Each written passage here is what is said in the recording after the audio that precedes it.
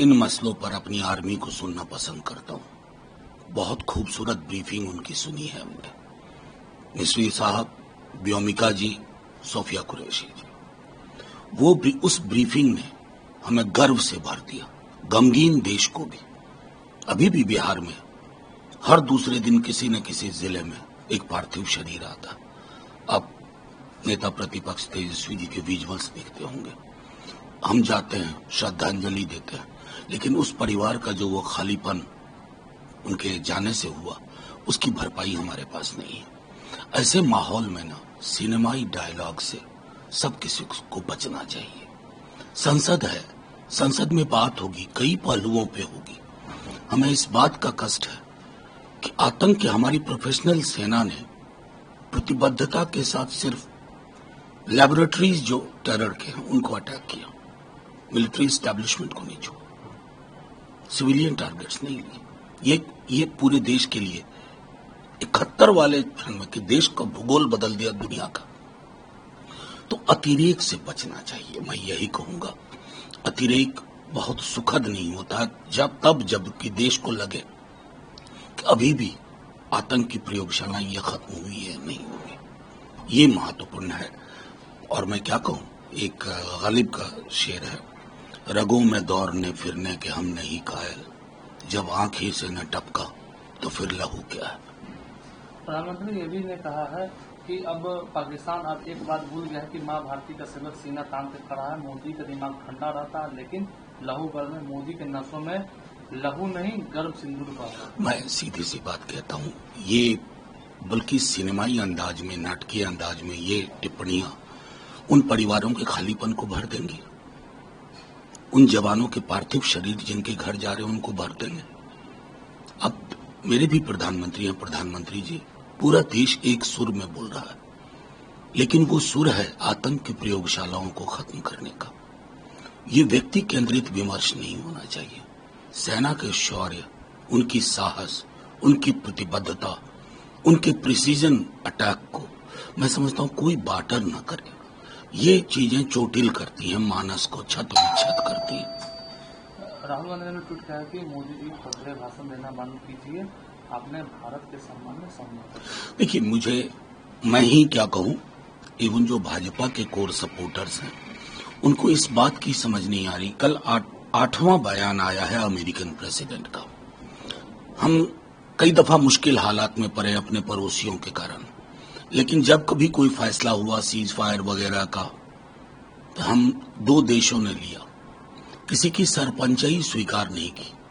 अभी भी हमारी एमईए ब्रीफिंग कर रही है कि कोई मीडिएशन इसमें नहीं हुआ था, लेकिन ये प्रतिकार माननीय प्रधानमंत्री जी की ओर से आना चाहिए।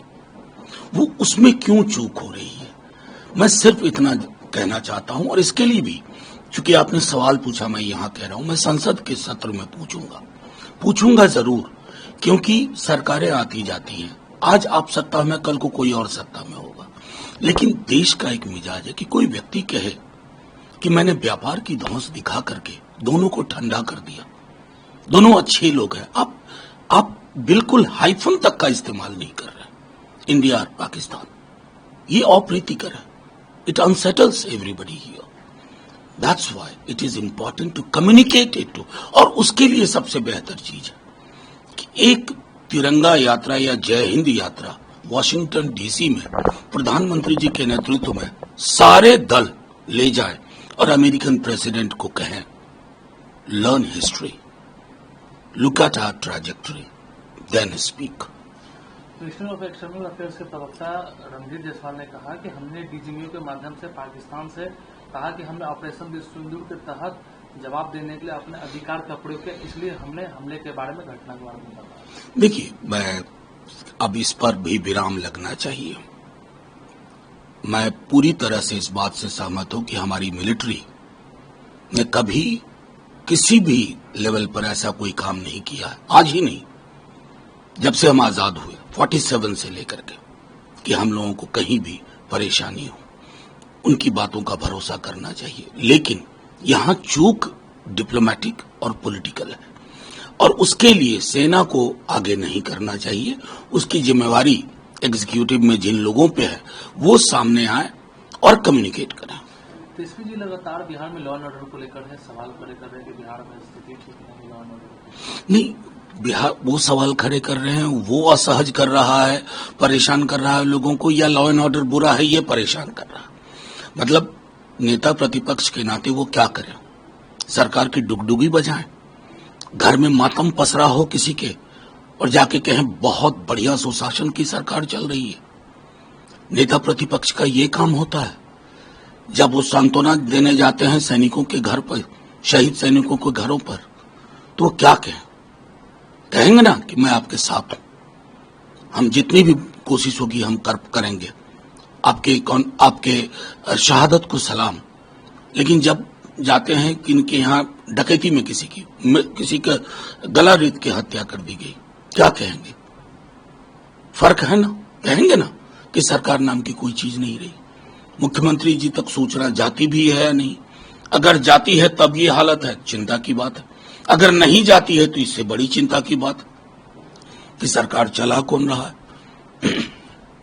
आज रेल मंत्री आए बिहार दौरे पर पटना है, अब यहाँ से वो जमालपुर गए हैं, जमालपुर में रेल कारखाना का इंस्पेक्शन करेंगे और कई योजना को रखेंगे।